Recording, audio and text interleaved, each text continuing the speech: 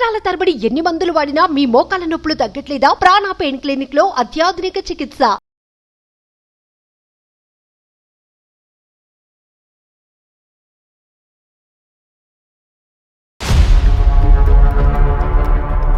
కాల్చిన సిగరెట్ ముక్కలు బెడ్ దులుపుదామంటేనేమో భార్యాభర్తలు కాపురానికి పిల్లలు పుట్టకుండా వాడుకునేవి అన్ని మందులు అవి ఇవి ఉన్నాయి సార్.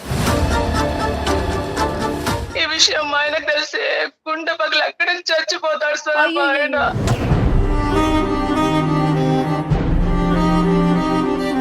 ఇంకా గట్టిగా అడిగితే ఈ మధ్యలో పిల్లలు చచ్చిపోతున్నారు కదా సార్ ఆత్మహత్య చేసుకొని.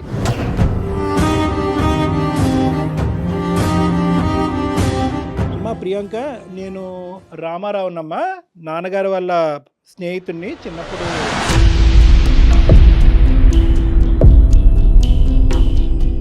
ఎన్ని రోజులని దాస్తారండి ఇవన్నీ మీకెందుకు అసలు?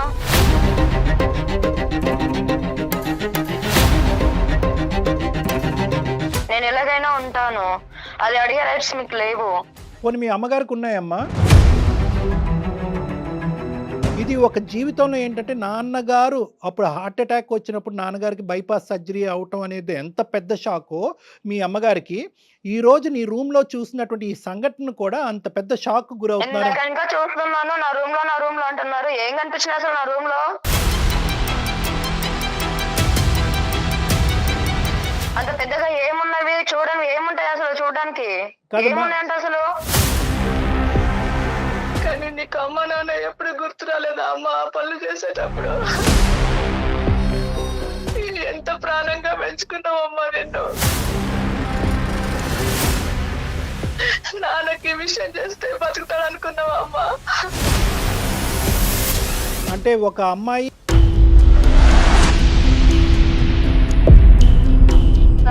ఏ జనరేషన్ లో ఉన్నారు అంకుల్ మీరు? అసలు నాకు అర్థం కావట్లేదు. నేను మీ నాన్నగారు స్నేహితుడి పాత్ర ఎత్తవలసి వచ్చింది. వాస్తవానికి నేను రామారావు గారు కాదు, నా పేరు డాక్టర్ కళ్యాణ్ చక్రవర్తి, నేను సైకాట్రిస్టు. సార్ మీరా?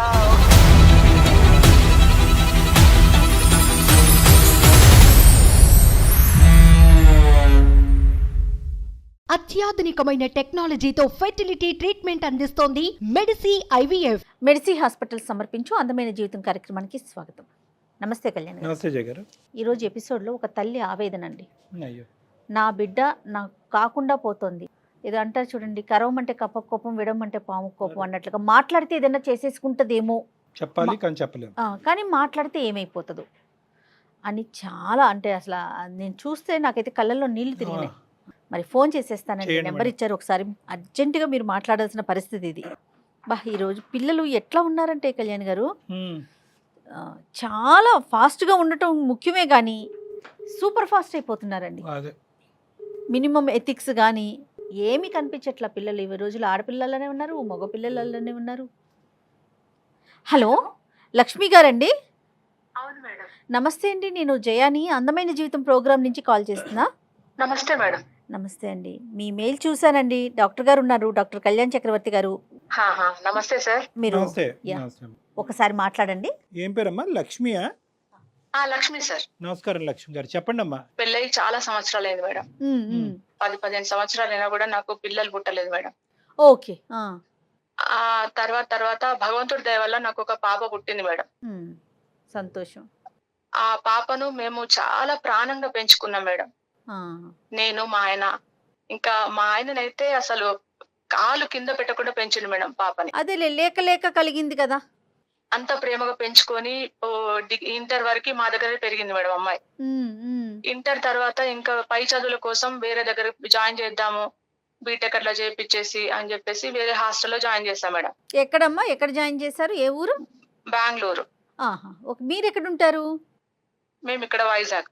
తర్వాత ఎప్పుడైతే అక్కడికి షిఫ్ట్ అయిపోయిందో, ఏది బెంగళూరు, ఈ పై చదువుల కోసం ఎప్పుడైతే మేము ఇక్కడ నుండి పంపించేసామో, అక్కడ స్నేహితులు, అక్కడ వాతావరణం ఉంటది కదా సార్, కల్చర్ ఏంటిదో మనకు తెలియదు, దూరంగా ఉన్నాం కదా సార్. ఫ్రెండ్స్ వాళ్ళు, ఫ్రెండ్స్ వల్ల అట్లా చెడిపోయే అవకాశాలు కూడా ఉన్నాయి. మనకు తెలియదు, బాగుండాలమ్మా, తినాలి, జాగ్రత్తగా ఉండాలి, ఎర్లీగా పడుకోవాలి, మనం ఇవన్నీ జాగ్రత్తలు చెప్తాం తల్లిగా. ఎంత చెప్పాలో అంత చెప్పుకుంటూ వచ్చాం. చదువు అయిపోయింది, జాబ్ లో జాయిన్ అవుతానండి. జాబ్ లో జాయిన్ అవుతానంటే సరే అని జాబ్ లో జాయిన్ అయిన తర్వాత మళ్ళీ ఒక రోజు వెళ్ళాల్సి వచ్చింది. అమ్మాయి బర్త్డే వచ్చింది. పుట్టినరోజు వస్తే మా ఆయనకి హార్ట్ ఆపరేషన్ అయింది మేడం ఇక్కడ. నేను ఎలాగో వెళ్ళలేను కదా, పాపని చూసిరా, సర్ప్రైజ్ ఇచ్చిరా, గిఫ్ట్లు కొనిచ్చేసి కొన్ని డబ్బులు ఇచ్చిరా అని నన్ను పంపించాడు మేడం. నేను వెళ్ళాను మేడం అక్కడికి. బెంగళూరు వెళ్ళారా? సర్ప్రైజ్ ఇద్దామని వెళ్ళాను. అదేలే. సర్ప్రైజ్ ఇద్దామని అక్కడికి వెళ్ళేసరికి లాక్ వేసి ఉంది. మీరు వెళ్ళినప్పుడు తాళం వేసి ఉంది. అదేంటి హాస్టల్ రూమా లేదంటే పాప ఏమైనా విడిగా ఫ్లాట్ తీసుకుందా? ఫ్లాట్ తీసుకొని ఉంది సార్ పాప. పోయేసరికి తాళం వేసిందని నేను ఫోన్ చేశాను సార్ పాపకి. ఫోన్ చేస్తే ఎక్కడున్నావమ్మా అంటే నేను ఆఫీస్ దగ్గరలో ఉన్న మమ్మీ, సెల్ఫ్ లో ఉంది, కీ తీసుకొని నువ్వు లోపలికి వెళ్ళు అని చెప్పింది. నేను వస్తాను అని. కీ అక్కడే దగ్గర ఎక్కడో సీక్రెట్ సెల్ఫ్ లో పెట్టింది. ఎప్పుడన్నా వాళ్ళు ఫ్రెండ్స్ వస్తారేమో తీసుకొని వెళ్ళడానికని నేను అనుకున్నాను. లాక్ తీద్దామని లాక్ తెరిచి చూశాను సార్. లోపలికి వెళ్ళాను. లాక్ తెరిచి చూసేసరికి నా మైండ్ మొత్తం బ్లాక్ అయిపోయింది సార్. అక్కడ అంతా చూడకూడని అన్ని ఉన్నాయి సార్. అక్కడ ఇటు చూస్తేనేమో మందు బాటిల్స్, అటు చూస్తేనేమో కాల్చిన సిగరెట్ ముక్కలు, బెడ్ దులుపుదామంటేనేమో భార్యాభర్తలు కాపురానికి పిల్లలు పుట్టకుండా వాడుకునే అన్ని మందులు అవి ఇవి ఉన్నాయి సార్. చూసేసరికి ఇక నాకు మొత్తం కళ్ళు తిరిగిపోయింది సార్. ఈ విషయం మా ఆయనకు తెలిసి గుండె పగలు అక్కడి నుంచి చచ్చిపోతాడు సార్ మా ఆయన.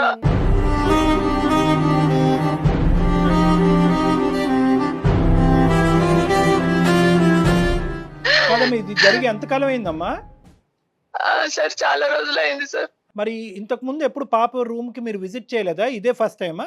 ఇదే ఫస్ట్ టైం సార్. మేము పాప పేరేంటమ్మా ఇంతకి? ప్రియాంక మేడం.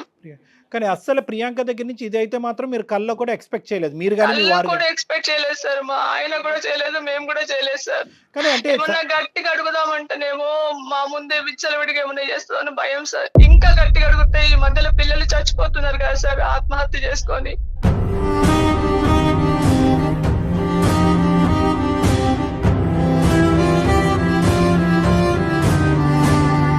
ఇలా ఏం అడుగుతాం సార్? ఆయనకు తెలిసేది ఉంటే పరువు కోసం ప్రాణం ఇచ్చే మనిషి సార్. ఆయన ఇట్లా ప్రాణం తీసుకుంటాడు, లేకుంటే ప్రాణం తీస్తాడు సార్ ఆయన. ఓకే, అతను కూడా ఇమోషనల్ అన్నమాట. కాదమ్మా లక్ష్మి, ఇప్పుడు ఎప్పుడైనా ఫోన్లో మాట్లాడినప్పుడు కానీ వీడియో కాల్ చేసినప్పుడు కానీ పాప పరిస్థితి ఎలా ఉండేదమ్మా? అంటే ఏమన్నా ఇలాంటి జరుగుతుంది అనేటువంటి కొద్దిపాటి అనుమానం కూడా మీకు రాలేదు? అనుమానం రాలేదు సార్. ఎందుకంటే అంత నమ్మకంగా పంపించాము. మన పిల్లల మీద ఎంత ప్రేమ నమ్మకం పెట్టుకుంటారు సార్ చెప్పండి. మా పాప అట్లా పోయింది అంటే అంత అపనమ్మకంతో మనం మాట్లాడం కదా సార్. వీడియో కాల్ చేసినా మామూలుగానే ఉంది సార్ ఆమె. కానీ కాదమ్మా, అడిగి వాస్తవాలు తెలుసుకోకపోతే ఇంతే ఉందా లేదంటే ఇంకా ఎంత లోతుందో మనకు తెలియాలి కదమ్మా. ఇప్పుడు మీరు అడగకుండా ఎలా ఉంటారు? ఎన్ని రోజులని దాస్తారండి? ఇప్పుడు ఇది ఏంటంటే కేవలం ఒక అలవాటు అనే పరిధిలో ఉందా లేదంటే నేరం అనే పరిధిలోకి వెళ్ళిందా? అంటే ఇంకా ఏమన్నా, నా ఉద్దేశం ఏంటంటే ఇంకా డ్రగ్స్ గిగ్స్ ఇలాంటివి ఏమైనా ఉన్నాయా? ఇంకా నేను అడిగే ప్రయత్నం చేయలేదు సార్. అందుకనే మిమ్మల్ని సంప్రదించానండి. ఎలాగైనా మీ ద్వారా నాకు న్యాయం జరగాలి. మా భార్య భర్తలకు మళ్ళీ మా కూతురు మా దగ్గరకు రావాలి. మేము తల్లిదండ్రులుగా ఆ ప్రేమ మళ్ళీ పొందాలి అనే ఆవేదన సార్. అయ్యో లేదమ్మా, నువ్వు ఓదార్చుకోమ్మా. అంటే మీ వారికి ఇంకా తెలియదమ్మా ఇదంతా? మా వారికి తెలియదు సార్. ఒకవేళ తెలిస్తే అక్కడే మంచాలనే గుంట పడతాడు, అక్కడే చచ్చిపోతాడు సార్ మా ఆయన. అయ్యో లక్ష్మి గారు, అట్లా ఏం కాదు లక్ష్మి గారు, ఉండండి. ప్రతి సమస్యకి ఒక పరిష్కారం ఉంటుంది. Don't worry. రూమ్ వరకు వెళ్ళేంత వరకు చాలా గట్టిగానే మాట్లాడింది. కానీ ఒక్కసారి రూమ్లోకి ఎంటర్ అయిన తర్వాత ఆవిడ చూసినటువంటి సన్నివేశం, అమ్మ ఒక్కటి నాకు ఒక చిన్నపాటి అనుమానము, ఆలోచన. ఇవన్నీ కూడా మీ అమ్మాయే చేసిందంటానికి ఏంటి? అంటే వేరే ఫ్రెండ్స్ ఎవరు అంటే చిన్న light at the end of the tunnel అంటారు కదా, చిన్న గోరంత దీపం చిన్నది. బహుశా ఏమన్నా ఫ్రెండ్స్ వచ్చి అది వాడటమా లేదంటే వేరే వాళ్ళకి ఎవరికైనా రూము ఏదైనా సబ్లీజ్ లాంటికి ఇచ్చి ఎవరైనా ఫ్రెండ్స్కి ఇచ్చి వాడుకోవటం వల్ల అలా ఏర్పడింది అనేది ఒక చిన్న. ఎందుకంటే మీరు మొదటి నుంచి మీ అమ్మాయి క్యారెక్టర్ గురించి చెప్తూ అద్భుతంగా ఉంది, మా అమ్మాయికి మించిన వాళ్ళు ఎవరు లేరు అంటున్నారు. అలాంటి అమ్మాయి ఇలాగ కేవలం వైజాగ్ నుంచి బెంగళూరు వచ్చి ఇంత మార్పు చెందుతుందా?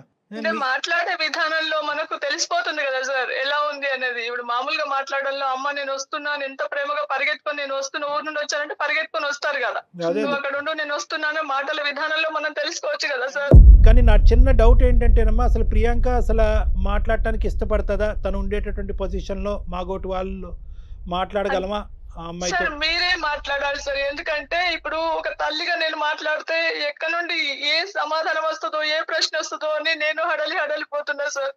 ఎందుకంటే ఇప్పుడు నేను మాట్లాడితే తను ఎట్లా రియాక్ట్ అవుతుందో కూడా నాకు తెలియదు సార్.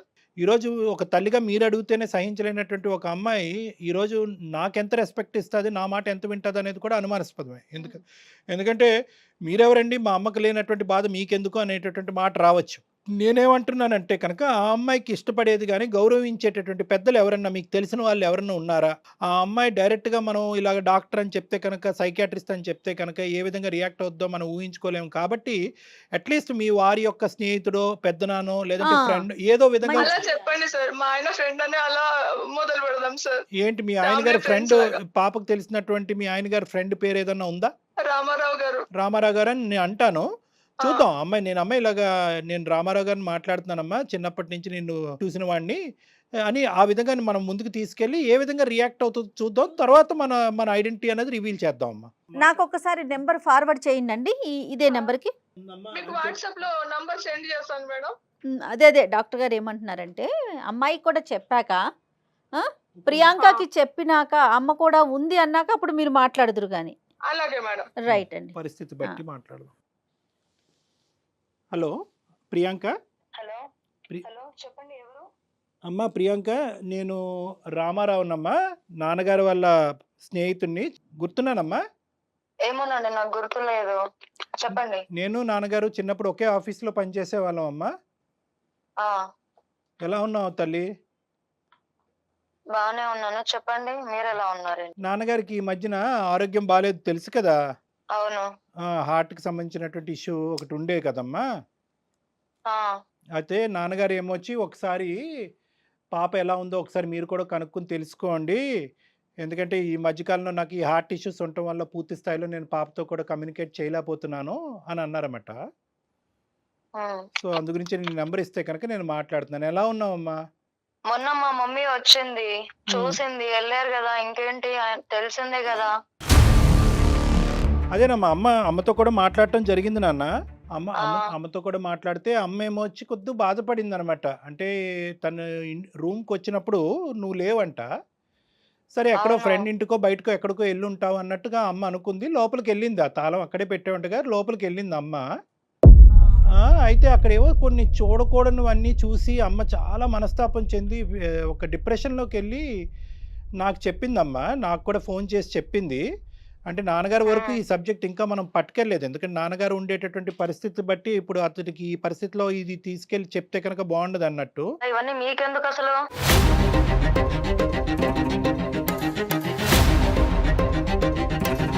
కాదు నాన్న, నాకెందుకు అనే మాట చాలా మంచి మాట. కానీ ఇక్కడ ఏంటంటే నాన్నగారు అడగలేనటువంటి పరిస్థితి.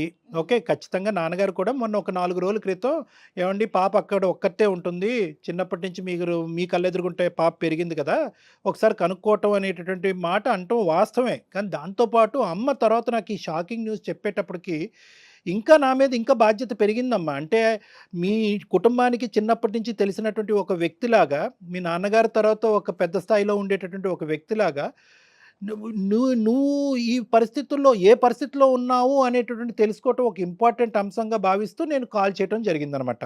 ఇవన్నీ అంటే నాకెందుకు అనేది ఒక సబ్జెక్ట్ అమ్మా. అక్కడ మీ అమ్మగారు చూసినటువంటివి నిజాలా కాదా అనేది రెండో సబ్జెక్టు. అవి నిజాలా కాదా? చూడండి అంకుల్, మీరు ఇవన్నీ కనుక్కునే అవసరం లేదు. మీ వర్క్ ఏంటి అది చూడండి ఫస్ట్. నా గురించి మీకు అవసరం లేదు. నేను ఎలా ఉన్నాను అనేది అవన్నీ మీకు ఎందుకు? నా లైఫ్ ఇది, నా ఇష్టం. నేను ఎలాగైనా ఉంటాను, అది అడిగే రైట్స్ మీకు లేవు. పోనీ మీ అమ్మగారికి ఉన్నాయమ్మా? అవును, మా అమ్మే డైరెక్ట్ వచ్చి అడుగుతుంది కదా. అలాంటప్పుడు మీకేం రైట్స్ ఉన్నాయని అసలు నన్ను అడుగుతున్నారు నాకు కాల్ చేసి? ఒక్క నిమిషం ఆలోచించు. అమ్మకి నన్ను మధ్యలో పెట్టి అడిగించవలసినటువంటి అవసరం ఏముంటది తల్లి? ఇప్పుడు ఏమంటారు? అమ్మ చిన్నప్పటి నుంచి నిన్ను అల్లారు ముద్దుగా పెంచుకుని ఈ లెవెల్ వరకు తీసుకొచ్చి కళ్ళు మూసుకుని మా అమ్మాయి సక్సెస్ఫుల్గా ఒక మంచి సిటిజన్ ఆఫ్ దిస్ కంట్రీ అవుతుంది, మా పేరు నిలబడుతుంది అని చెప్పి మీ తల్లిదండ్రులు చిన్నప్పటి నుంచి ఆశపడ్డారు. ఇది ఒక జీవితంలో ఏంటంటే నాన్నగారు అప్పుడు హార్ట్ అటాక్ వచ్చినప్పుడు నాన్నగారికి బైపాస్ సర్జరీ అవటం అనేది ఎంత పెద్ద షాకో మీ అమ్మగారికి, ఈ రోజు నీ రూమ్ లో చూసినటువంటి ఈ సంఘటన కూడా అంత పెద్ద షాక్ గురవుతున్నారు. ఇంకా చూస్తున్నాను నా రూమ్ లో అంటున్నారు. ఏం కనిపించింది అసలు నా రూమ్ లో? ఏం చూసారంట?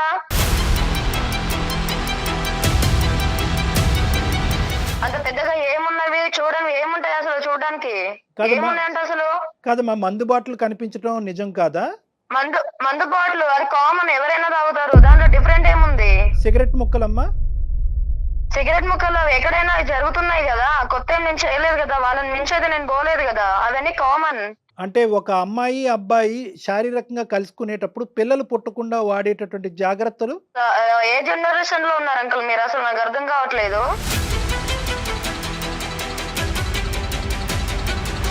అమ్మ నీకు ఇలా చెప్తే అర్థం కాదు. ఒక్క నిమిషం, నేను ఎవరో చెప్తానమ్మా. నేను మీ అనుకున్న ఇందాక అన్నట్టుగా అనేది నాకు అనవసరం, కానీ ఒక్క నిమిషం తెలుసుకుంటే మంచిది అనుకుంటాను. అమ్మ ప్రియాంక, మా నాన్న ఫ్రెండ్ కాబట్టి నేను ఇంతవరకు మర్యాద ఇస్తున్నాను. కాదమ్మా ప్రియాంక, అసలు నా గురించి మీకు ఎందుకు అసలు అడిగే అవసరం ఏముంది? ఏం రైట్స్ ఉన్నాయని ఇన్ని అడుగుతున్నాను. కాదమ్మా ప్రియాంక, ఒక్క నిమిషం అమ్మా. బహుశా ఏంటంటే నేను ఇందాక బహుశా నువ్వు ఆన్సర్ చేయవేమో మా ఫోన్ కాలు. నేను ఎవరు అని చెప్తే కనుక మీ అమ్మగారు మాట్లాడేటటువంటి పరిస్థితి ఎలాగానూ లేదు. ఎందుకంటే కనుక మీ అమ్మగారు చాలా భయపడుతున్నారు ఇప్పుడు ఉండే పొజిషన్లో. ఒక్క 2 నిమిషాలు నేను చెప్పేది విన్నాను. ఎందుకంటే ఇటువంటి పరిస్థితి ఇప్పటికొచ్చి ఎప్పటికి కూడా వాళ్ళ జీవితంలో రాలేదు. అంటే నేను నిలదీసి నిన్ను తిట్టేటటువంటి పరిస్థితి ఎప్పుడూ రాలేదు. ఏమో నువ్వు ఈ తప్పు చేస్తున్నావు అని అడిగేటటువంటి పరిస్థితి ఎప్పుడూ రాకపోవటం వల్ల మీ అమ్మగారు ఇప్పుడు భయభ్రాంతులకు గురవుతున్నారు. ఇటువంటి క్రమంలో ఏంటంటే నేను మీ నాన్నగారు స్నేహితుడి పాత్ర ఎత్తవలసి వచ్చింది. వాస్తవానికి నేను రామారావు గారు కాదు, నా పేరు డాక్టర్ కళ్యాణ్ చక్రవర్తి, నేను సైకాట్రిస్టు, సుమన్ టీవీ అందమైన జీవితం నుంచి మాట్లాడుతున్నానమ్మా. బహుశా నేను తెలిసే ఉంటుంది నీకు. సార్ మీరా? ఓకే చెప్పండి సార్. కాదమ్మా, నేను మిమ్మల్ని కాంటాక్ట్ అవ్వాలి అనుకున్నాను చాలా సార్లు, బట్ కుదరలేదు. చెప్పండి సార్. ఎందుకు నాన్న నువ్వు మమ్మల్ని ఎందుకు కాంటాక్ట్ అవ్వాలనుకున్నావు? అంటే ఇక్కడ అమ్మ నాన్నని వదిలేసి ఇక్కడికి వచ్చాక లైఫ్ కొంచెం చేంజ్ అయింది. దీంట్లోకించి ఇప్పుడు మీరు అడిగారు కదా నన్ను ఇలా ఎందుకు ఉంటున్నారు అని, దీంట్లోకించి నేను బయటికి రావాలి అని చాలా సార్లు ట్రై చేశాను, కాకపోతే అది నా వల్ల కావట్లేదు. సో అయితే అమ్మ చూసిందంతా నిజము, అదంతా కరెక్టే. అదేనే అంటే మా మమ్మీకి చెప్తే ఎక్కడ రియాక్ట్ అవుతుందేమో అన్న ఒక భయంతోనే నేను ఆగాల్సి వస్తుంది. ఇంకొకటి ఏంటంటే నేను చెప్తే తను మళ్ళీ సడన్ గా ఏం చేసుకుంటుందో లేకపోతే నన్ను ఏమంటుందో అన్న ఒక భయంతోనే నేను ఆగాల్సి వస్తుంది. అందుకే నేను తనకి ఏం చెప్పలేకపోతున్నాను. కరెక్టేనమ్మా, ఆ పాయింట్ వరకు వద్దాము. కానీ ఏంటంటే ఇప్పుడు అట్లీస్ట్ ఇప్పటికైనా నాకు ఒక హక్కు ఉందేమో, ఆ హక్కు నాకు ఇస్తున్నామేమో నేను అనుకుంటున్నానమ్మా. అడగచ్చా ఒక 2 ప్రశ్నలు? తప్పకుండా sir. Thank you very much అమ్మా. అసలు ఇందులోకి ఎలా దిగేవమ్మా? సార్ ఇప్పుడు హాస్టల్లో ఉన్నంత వరకు బాగానే ఉంది. రూమ్ లోకి వచ్చాక ఫ్రెండ్స్ వల్ల చాలా అంటే నేర్చుకున్నాను. కాకపోతే ఇప్పుడు బయటికి రావాలంటే కొంచెం ఇబ్బందిగానే ఉంది సార్, రాలేకపోతున్నాను. నేను బయటికి రావాలి అని ఎంత అనుకుంటున్నానో ఇంకా డీప్ గా లోపలికి వెళ్ళిపోతున్నాను అనమాట. కాదు నాన్న, ఈ డ్రింకింగ్ స్మోకింగ్ వరకు ఒక ఎత్తు, ఈ ఏవైతే కనుక ఇవి చూసారు కదా అమ్మ, కొన్ని పిల్లలు పుట్టకుండా జాగ్రత్త పడేటటువంటి పరికరాలు అవి రకరకాలు ఉంటాయి. అవి ఎందుకమ్మా? అవి ఎవరు వాడుతున్నట్టు? అవి అంత అవసరం ఏముంది? ఇంకా అప్పుడప్పుడు అవి చెప్పుకోలేము సార్, బాగుండదు అది చెప్పుకుంటే. సరే సరే సరే, నాకు అర్థమైంది. ఇంకేమైనా డ్రగ్స్ అలాంటివి ఉన్నాయమ్మా? అలాంటివి ఇంకేం లేదు సార్, కాకపోతే ఇంకా ఈ దాంట్లోకించి బయటికి రావాలి అని అనుకుంటున్నాను. చాలా ఇబ్బందిగా ఉంది సార్. మళ్ళీ నాకు మా పేరెంట్స్ ప్రేమ నాకు కావాలి అని ఉంది, అంటే వాళ్ళ దగ్గరికి వెళ్ళి ఉండాలి అని కూడా ఉంది. వాళ్ళకి చెప్తే ఎలా రియాక్ట్ అవుతారు అన్న భయం కూడా ఉంది. అంటే తనకే ఉంది ఆలోచన దాంట్లో నుంచి బయటపడాలి, కానీ రాలేకపోతుంది. కానీ ప్రియాంక ఇప్పుడు కాదు నాన్న, ఇది మొక్కగా ఉన్నప్పుడే దీన్ని తుంచేసేయాలి. ఈ అలవాట్లలోకి ఇంత లోపలికి వెళ్ళిపోయి ఆఖరికి ఏంటంటే నేను బయటకు రావాలి అంటే బహుశా ఏంటంటే ఇది వినేటటువంటి అన్ని యువకులందరికీ కూడా ఇది ఒక మంచి సబ్జెక్టు. అంటే ఏంటంటే ఈ అలవాట్లకి బానిస అయ్యేటటువంటి పరిస్థితి ఎప్పుడు వస్తుంది అంటే కనుక ఆదిలోనే ఇందులోంచి బయటపడి తప్పించుకునేటటువంటి ప్రయత్నం పూర్తి స్థాయిలో చేస్తే కనుక తొందరగా బయటకు వస్తాం. ఎప్పుడైతే కనుక ఈ కంట్రోల్ బటన్ అనేటటువంటి మన చేతుల్లో కాదు పక్క వాళ్ళ చేతుల్లోకి వెళ్తుందో, అంటే ఎలా ఉంటుంది, ఈ స్నేహితుల మధ్యన ఉండేటటువంటి దాన్ని పియర్ ప్రెషర్ అంటూ ఉంటారు. అంటే చెయ్యకపోతే అవతల వాళ్ళు ఏమైనా ఫీల్ అవుతారేమో, చెయ్యకపోతే ఆ గుంపులో నేను ఉండనేమో, చెయ్యకపోతే నేను ఏకాకిని అయిపోతానేమో, అప్పుడు నాకు రేపొద్దున సహాయపడేటటువంటి వాళ్ళు, బాధను పంచుకునేటటువంటి వాళ్ళు, స్నేహపూరితంగా నాతో పాటు గుంపులో తిరిగేటటువంటి వాళ్ళు ఎవరు ఉండరేమో అనేటటువంటి భయంతో కొంతమంది కంటిన్యూ అవుతారు. ఈ 2 కేటగిరీస్. ఒకరు అలవాటు పడి ఆ అలవాటుని వదలలేక, అది వదిలితే కనుక ఉండలేక, శరీరం మానసికంగా యాక్సెప్ట్ చేయలేకపోవటం కంటిన్యూ అయ్యేటటువంటి బానిసత్వం పొందేవాళ్ళు ఒకరైతే, సామాజిక పరంగా దానికి ఎడిక్ట్ అయినటువంటి వాళ్ళు, అంటే ఆ గ్రూప్ ఎవరైతే ఉన్నారో ఆ గ్రూప్లో పాటు నువ్వు సిగరెట్ తాగి, నువ్వు డ్రింక్ తాగి, లేదంటే అబ్బాయిలతో ఇంకో విధంగా విచ్చలవిడిగా ప్రవర్తిస్తేనే ఆ గుంపులో నువ్వు ఉండగలవు. ఎప్పుడైతే కనుక ఇది కాదు, ఇది కరెక్ట్ కాదు, ఇది పద్ధతి కాదు, ఇది నీతి కాదు, ఇది వ్యవహారం కాదు, మా తల్లిదండ్రులు ఒప్పుకోరని ఎప్పుడైతే నువ్వు మాట్లాడతావో ఆ గుంపులోంచి నువ్వు బయటకు వెళ్ళిపోతుంది. ఈ గుంపులోంచి బయటకు రావడం అనేటటువంటిది తట్టుకోలేక ముందు నువ్వు ఈ వెనకతలు గొయ్యి అని ఇందాక అన్నాను చూడు, ఆ పరిస్థితి నీది అన్నట్టు నాకు అనిపిస్తుంది. అంటే నువ్వు ఇప్పటికీ కూడా బాధపడుతూ, డాక్టర్ గారు మీరు నాకు ఫోన్ చేసినందుకు థ్యాంక్ యూ, నేనే మీకు చేద్దాం అనుకున్నాను, ఇంత యాక్సిడెంటల్గా నాకు ఈ ఫోన్ కలవటం నా అదృష్టం అని నువ్వు ఎప్పుడు అన్నావో, అంటే దాని అర్థం ఏంటంటే నువ్వు దీనికి బానిస అవ్వలేదు. తప్పనటువంటి పరిస్థితుల్లో ఆ స్నేహితుల మధ్యన నలిపోతూ, ద సో కాల్డ్ స్నేహితుల మధ్య నలిపోతూ, ఇంకో దారి దిక్కు లేక అక్కడ ఇరుక్కుపోయినట్టు నాకు అనిపిస్తుందమ్మా. సో ఇది ఏదైనా కూడా బహుశా ఇవన్నీ మీ అమ్మగారు వింటూ ఉంటే కనుక ఏ స్థాయిలో బాధపడతారో మరి నాకు తెలియదు. కానీ ఈ సెకండ్ హాఫ్ ఏదైతే ఉందో, అంటే మా అమ్మాయి దీనికి బానిసత్వం పొందినా కూడా, అంటే దీనికి వ్యసనానికి బానిస అయినా కూడా ఈరోజు బయటపడటానికి పూర్తి స్థాయి ప్రయత్నం చేస్తున్న, అవకాశం దొరక్క బయటపడలేకపోతుంది అనేటటువంటి మాట చాలా చల్లగా వినిపించేటటువంటి మాటలాగా నాకు అనిపిస్తుంది. కాబట్టి నీకు ఇంకొక చిన్న మాట చెప్తానమ్మా. అమ్మ ఇక్కడ కాన్ఫరెన్స్ కాల్లో ఉంది. సార్ ఎంత పని చేశారు సార్? మరి కాదమ్మా, మరి మరి ఏ పద్ధతిలో చెప్పాలమ్మా? ఇది ఎప్పటి వరకు గోప్యంగా సార్ ఉంచుతావు? మా అమ్మ లైన్ లో ఉంది అంటే అసలు నేను ఇవన్నీ చెప్పేదాన్నే కాదు అదే కదా కదా సార్. ప్రాబ్లము. ఎప్పటికైనా తెలియాలి కదమ్మా, తెలిస్తేనే కదా. ఒకటి అమ్మా, ఇప్పటి వరకు నువ్వు ఇంత ఊబిలో ఇరుక్కుపోయేవి, ఇంత కూరుకుపోవటానికి ప్రధానమైనటువంటి కారణం ఏంటంటే నువ్వు ప్రేమించి నిన్ను ప్రేమించేటటువంటి మనుషుల ముందు గోప్యంగా ఉంచటమే ఇక్కడ ప్రధానమైనటువంటి సమస్య. అందుగురించి మేము చెప్తా ఉంటాం, ఇలాంటి ఆ సమస్యలు వస్తే కనుక ఆడపిల్లలు మగపిల్లలు ముందస్తునే తల్లిదండ్రులు ఎదురుగుంటా నిలబడి ధైర్యంగా చెప్పండి. తల్లిదండ్రులు అర్థం చేసుకునేటటువంటి పొజిషన్లో ఉంటారు. ఆఖరికి నేను ఈరోజు మీడియేషన్ చేస్తూ మీ అమ్మగారు నీ కమ్యూనికేట్ చేయలేకపోతున్నారు, నువ్వు మీ అమ్మగారు కమ్యూనికేట్ చేయలేకపోతున్నావు అనే పరిస్థితి రావటం వల్ల నేను మీడియేషన్ చేసి ఇక్కడ చెప్తే ఈరోజు మళ్ళీ నువ్వు పాత కథే పాడుతున్నావు. మాట్లాడు ఒకసారి, అమ్మతో మాట్లాడు. సారీ మా, అంటే మొన్న తను ఊరు ఇంకా వచ్చింది సార్, కానీ నేను తను అంత దూరంతోనే నా మీద ప్రేమతో వచ్చినా కూడా నేను కలవలేకపోయాను తనని. బట్ మీరు ఇలా పెట్టేసరికి నిజంగా నాకు ఏం మాట్లాడాలో మాట్లాడు, పర్వాలేదు, ఏమి open అవ్వు. అమ్మా. ఇప్పుడు ఒకటే, మీరిద్దరూ ఎదురుబెదురు ఉన్నారు, అమ్మ కూడా లైన్లోనే ఉంది, ఇంకా చాలు ఈ అంతర్యుద్ధము. ఎవరు కూడా ఇక్కడ ఎవరు అడగటం వల్ల ఎవరికి కోపాలు రావు, తాపాలు రావు. దయచేసి తల్లి కూతుర్లు మీ ఇద్దరు ఎదురుబెదురు ఉన్నారు, ఇక్కడ జరిగినటువంటి నష్టం కష్టం ఏమీ లేదు. మళ్ళీ మీ పాత డైనమిక్స్ 110% పుట్టుకొస్తాయి. కాబట్టి లక్ష్మి గారు, ప్రియాంక లైన్లో ఉంది, ప్రియాంక లక్ష్మి గారు లైన్లో ఉన్నారు, ఇద్దరు మాట్లాడుకోండి. హలో. మా నేను కావాలని దీంట్లోకి రాలేదు మా, అంటే ఊరు ఇంకా వచ్చినప్పుడు నేను బాగానే ఉన్నాను. ఇక్కడ రూమ్ లోకి షిఫ్ట్ అయ్యాక ఫ్రెండ్స్ వల్ల నేను ఇలా అయ్యాను. దీంట్లోకి ఎంచే బయటికి రావాలని చాలా ట్రై చేశాను, అయినా నా వల్ల కావట్లేదు. సారీ అమ్మా. కానీ నీకు అమ్మ నాన్న ఎప్పుడు గుర్తు రాలేదా అమ్మ ఆ పనులు చేసేటప్పుడు? రియలీ సారీ అమ్మా. ఎంత ప్రాణంగా పెంచుకున్నావమ్మా నిన్ను. నేను బయటికి రావాలని చూస్తున్నానమ్మా, కానీ నా వల్ల కావట్లేదమ్మా. నాన్నకి ఈ విషయం చేస్తే బతుకుతాడు అనుకున్నావా అమ్మా?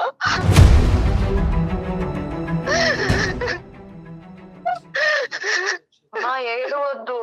ఇప్పుడు నేను మళ్ళీ నాకు ఒక అవకాశం ఇవ్వమంటున్నాను నిన్ను.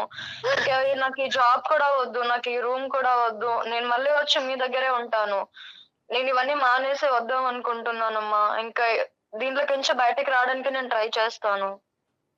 ఎంతో అల్లారు ముద్దుగా పెంచి పెద్ద చేసి ఎంతో కీర్తి ప్రతిష్టలు తెస్తాం అనుకున్నా, కానీ నువ్వు బాధపడకండి లక్ష్మి, ఇంకా మా ఏడు ఇప్పటికైనా వద్దు ఇంకా. చెప్తున్నాను కదా సారీ, లక్ష్మి గారు. అంటే నేను కావాలని రాలేదు. సార్ చెప్పండి సార్. తల్లి బంగారు తల్లి, ఒక లక్ష్మి గారు, ఎంతమంది తల్లిదండ్రులకి అంటే ఇటువంటి సన్నివేశం చూసిన తర్వాత, నాగోటి వాళ్ళు మాట్లాడిన తర్వాత ఎంతమంది ఆడపిల్లలు కానీ అబ్బాయిలు కానీ ఈ విధంగా రియలైజ్ అయ్యి మళ్ళీ అమ్మ నాన్న ముందు క్షమాపణ అడగటం, నేను మాట్లాడినటువంటి పావు గంటలోనే క్షమాపణ అడగటము. వాస్తవానికి ఏంటంటే కనుక నేనేదో ఇష్టం ఉండి కోరిక పుట్టి అటువైపు పరిగెట్టలేదమ్మా. తప్పక ఇరుక్కుపోయినటువంటి ఒక దరిద్రగొట్టి పరిస్థితి. ఇప్పటికైనా ఇది ఒక బంగారు అవకాశంలాగా ఇందులోంచి బయటపడి నీ కళ్ళెదురుగుంట నిలబడ్డాను. నన్ను క్షమించమ్మా, 2 నిమిషాల్లో నేను మారుతానని చెప్పేటటువంటి మనుషులు ఎంతమంది ఉంటారమ్మా ఈ నిజంగా వయసులో అదృష్టం ఉండే అనుకోండి. ఈ వయసులో ఎంతమంది ఉంటారు తల్లి? సో కాబట్టి ఏంటంటే కరెక్టే. మీ మీ మీ కడుపు ఘోష అనేది మాకు అర్థమవుతుంది. ఎందుకంటే మీ శోకం ఏంటంటే అరే ఇదేంటి ఎక్కడెక్కడో ఇలాంటి అలవాట్లు, ఇలాంటి పాడలవాట్లు, ఇలాంటి పరిస్థితులు జరుగుతాయనుకుంటాను గానీ, మా ఇంట్లో మా కన్న కూతురు ఇలా చేస్తదని నేను అనుకోను. ప్రతి తల్లిదండ్రుల యొక్క వాదన ఇదే. ఏమనుకుంటారంటే పేపర్‌లో చూస్తారు, టీవీలో చూస్తారా అది ఎక్కడోలే ఏదో ఎక్కడో పాడైపోయినటువంటి పిల్లలో, లేదంటే తల్లిదండ్రులు పట్టించుకోనటువంటి పిల్లలో, లేదంటే అల్లారి ముద్దుగా విపరీతమైనటువంటి ముద్దిచ్చి అడగకుండానే విపరీతంగా ఇచ్చేటటువంటి కుటుంబాల్లో పుట్టినటువంటి పిల్లలు దారి తప్పి, గాడి తప్పి ఇలా ప్రవర్తిస్తారని అనుకుంటారు. కానీ వాస్తవానికి ఏంటంటే మన ఇంట్లోనే ఇలా జరుగుతుందా అనేటటువంటి చాలామంది తల్లిదండ్రులు ఊహించుకోరు. ఇదంతా కూడా ప్రధానంగా జరిగేటటువంటి అంటే ఎప్పుడైతే కనుక ఈ అమ్మాయి ఈ వాతావరణంలోంచి ఆ వాతావరణంలోకి వెళ్ళినాయో రకరకాల అంశాలు వచ్చినాయి. ఒకటేంటంటే కనుక ఒంటరిగా బతకవలసినటువంటి అవసరం. అల్లారు ముద్దుగా పెంచుకున్నటువంటి తల్లిదండ్రులు, ఏకైక కూతురు, అల్లారు ముద్దుగా పెంచేటటువంటి కూతురు, ఆ అమ్మాయి అక్కడికి వెళ్ళి ఒంటరిగా ఉండటం. ఓ కొత్త వాతావరణం, అంత ఫాస్ట్గా ఉండేటటువంటి వాతావరణం, సిగరెట్ తాకపోయినా మందు కొట్టకపోయినా తేడాగా చూసే వాతావరణం, అబ్బాయిలతో కలిసి బాయ్ ఫ్రెండ్ లేడు అని చెప్పుకోవడానికి సిగ్గుపడేటటువంటి వాతావరణం. సో ఇటువంటి వాతావరణంలోకి వెళ్ళేటప్పటికి ఆ అమ్మాయి ఏమనుకుందంటే ఇదే నార్మేమో, ఇది సాంప్రదాయం ఏమో, నేనే ఇప్పుడు దాకా నూతులో కప్పలాగా ఉన్నానేమో, ఇది వాస్తవమైనటువంటి ప్రపంచం ఏమో, ఈ ప్రపంచానికి నేను ఎస్ చెప్పకపోతే కనుక ఈ ప్రపంచం నాకు నో చెప్తాదేమో అనేటటువంటి భయంతో దిగినటువంటి ఒక బానిస ఈ అమ్మాయి. కాబట్టి ఏంటంటే పెద్ద మనసు చేసుకుని ఈ అమ్మాయిని ఈరోజు క్షమించవలసినటువంటి అవసరం ఉంది.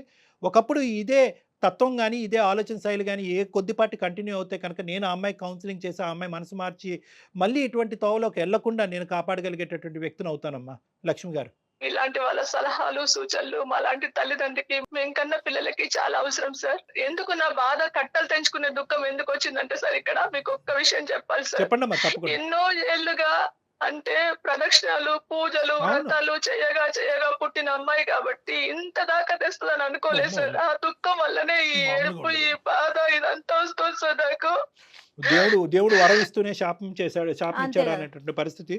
అమ్మ ప్రియాంక, సార్ చెప్పండి సార్. నేను ఇప్పటికీ కూడా అమ్మకి దొరికాను కాబట్టి మారేను అనేటటువంటి ప్రియాంక కాదని నేను అనుకుంటున్నాను. అదేం లేదు సార్, నేను మా అమ్మ దగ్గర చెప్పాలని అనుకున్నాను. బట్ మీ వల్ల తెలిసింది, మంచిదే అయ్యింది నాకు. నిజంగా ఐఎమ్ రియలీ సారీ అమ్మా. సరే నాన్న, ఓకే సారీ, ఓకే. తక్షణ కర్తవ్యం ఏంటంటే కనుక మళ్ళీ ఎక్కడ చెప్పా పెట్టకుండా పెట్టిబేడ సర్దుకుని వెనక్కి వచ్చేసి ఇక్కడ ఇంటికి వచ్చిన తర్వాత, వైజాగ్ వచ్చిన తర్వాత కావాలంటే వాళ్ళకి నోటీస్ పంపించి జాబ్కి రిజిగ్నేషన్ పెడితే కానీ అక్కడ మొత్తానికి డిక్లేర్ చేయొద్దు ఆ గుంపుకి. అర్థమైందా? బాబు వెళ్తున్నా గుడ్ బై, అమ్మ వెళ్తున్నా గుడ్ బై అని చెప్పారు అనుకో, అందరూ నిన్ను చుట్టుముట్టేస్తారు, సాయంత్రం పబ్బుకి పట్టుకెళ్ళిపోతారు. కాబట్టి నేనేమంటున్నానంటే ఎవరికి చెప్పకుండా నీ దారి నువ్వు నీట్గా సర్దుకుని వెనక్కి వచ్చేసే, లేదంటే మళ్ళీ నిన్ను ఇన్ఫ్లుయెన్స్ చేస్తారు వాళ్ళు. చిప్పుగా వచ్చేసేయాలండి, అది డాక్టర్ గారు చెప్పే సలహా. మీ ఇద్దరికి మేము పాదాభివందనం చెప్పుకుంటున్నాము. మీ వల్లనే నా కూతురు నాకు దక్కింది. మీకు చాలా చాలా ధన్యవాదాలు సార్. థ్యాంక్ యూ అండి, థ్యాంక్ యూ. ఇంకా బాధపడకండి, తను హ్యాపీగా తిరిగి వచ్చేస్తుంది. చక్కగా ఉండండి. అలాగే సార్, అలాగే. Thank you sir, thank you so much sir. Thank you అమ్మా. నమస్తే. కానీ ఇంత ఫాస్ట్ గా ప్రియాంకలో మార్పు వస్తుందని ఎక్స్పెక్ట్ అయితే తనకుందా ఆలోచన? మార్పు కోరుకుంటున్న వాళ్ళకి మార్పు తొందరగా వస్తుంది మేడం. ఇక్కడ మీరేం చేయక్కర్లేదు, అంతేనా కళ్యాణ్ గారు? అంతే, ఇక్కడ మనం చేయవలసినటువంటిది ఏమీ లేదమ్మా. ఎటొచ్చి ఏంటంటే ఫ్యూచర్లో ఇటువంటి పిల్లలు ఏంటంటే మళ్ళీ ఒక ప్రపంచంలోకి వచ్చారనుకోండి, వీళ్ళ యూజువల్గా వాళ్ళ సైకాలజీ ఎలా ఉంటుందంటే ఆ గ్రూప్లోంచి నేను బయటపడ్డాను కాబట్టి బహుశా ఏమీ కాదు, ఇంకో గ్రూప్ ఇంకో ఆలోచనతో ఇంకో యాంగిల్లో మళ్ళీ వీళ్ళ దగ్గరికి రావచ్చు. సో కాబట్టి ఏంటంటే కర్తవ్యం ఎప్పుడు చూసుకుంటూ ఉండాలి. అంటే కర్తవ్యం అంటే first realisation of responsibility, ROR అంటూ ఉంటారు పిల్లలందరికీ చెప్తూ ఉంటాను నేను. రియలైజేషన్ ఆఫ్ రెస్పాన్సిబిలిటీ, మీ బాధ్యత ఏంటి, మీ వయసు ఏంటి, మీ బాధ్యత ఏంటి, మీ తల్లిదండ్రులు మీ దగ్గర నుంచి ఏం కోరుకున్నారు, ఈ రెస్పాన్సిబిలిటీ రియలైజ్ అయ్యేంత వరకు ప్రియాంక లాంటి వాళ్ళు చాలామంది రావచ్చు. వాళ్ళు వచ్చేటటువంటి మార్పు మాత్రం పర్మనెంట్ కాదు. సో ఈ రియలైజేషన్ రావాలి. అది తెప్పించడానికి కొన్ని కౌన్సిలింగ్ సెషన్స్ అనేది యూజువల్గా చేస్తూ ఉంటాం. ప్రియాంకకి ఏం అవసరం పడకపోవచ్చమ్మా. రైట్ అండి, థ్యాంక్ యూ కళ్యాణ్ గారు. నమస్తే. అత్యాధునికమైన టెక్నాలజీతో ఫెర్టిలిటీ ట్రీట్మెంట్ అందిస్తోంది మెడిసి IVF.